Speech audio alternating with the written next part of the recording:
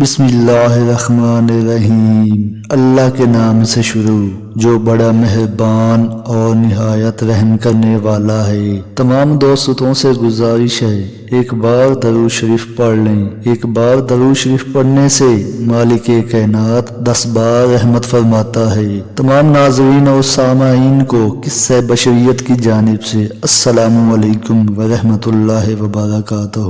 معزز دوستوں، پیش خدمت ہے شب معراج کا واقعہ۔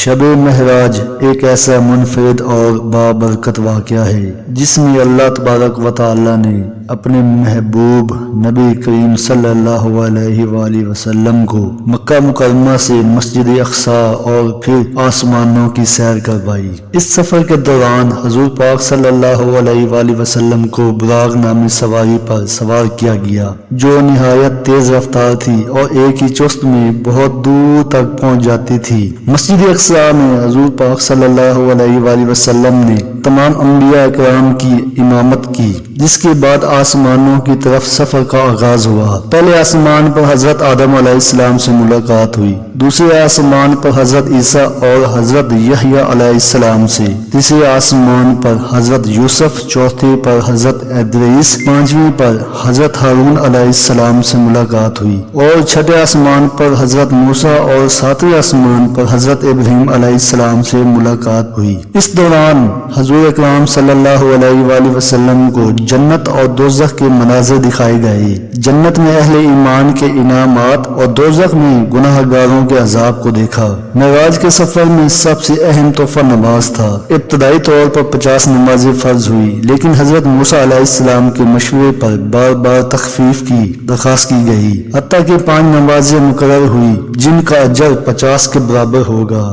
یہ عظیم سفر سورۃ الاسراء کی پہلی آیات میں بیان کیا گیا ہے۔ پاک ہے وہ ذات جو اپنے بندے کو رات کے ایک حصے میں لے گئی، مسجد الحرام سے مسجد اقصی تک، جس کے گرد ہم نے برکت رکھی ہے۔ کفار مکہ نے اس واقعے کا مذاق اڑایا اور اسے ناقابل یقین قرار دیا، تاہم حضرت ابو بکر صدیق نے فوراً تصدیق کی اور اسی وجہ سے انہیں صدیق کا لقب ملا۔ معراج کا واقعہ 27 رجب کو مکہ مکرمہ میں پیش آیا۔ نبی پاک صلی اللہ علیہ وآلہ وسلم کی عمر مبارک تقریباً 51 سال تھی اور یہ واقعہ نبوت کے 10ویں سال یا اس کے بعد پیش آیا۔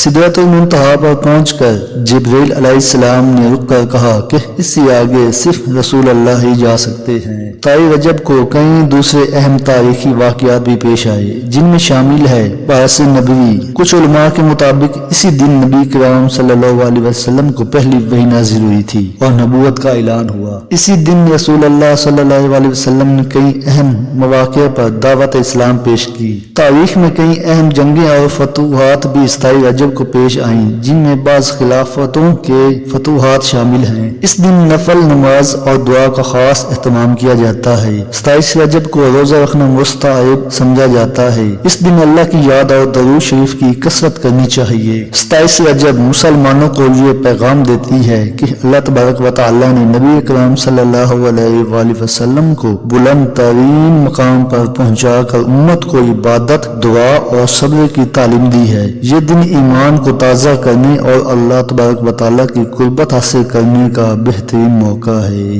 اگر ہماری آج کی ویڈیو اچھی لگی ہے تو چینل کو سبسکرائب کرنا نہ بھولیں۔ اپنا اور اپنے پیاروں کا خاص خیال رکھیں۔ تو پھر ملتے ہیں کسی نئے قصے کے ساتھ، تب تک کے لیے اللہ حافظ۔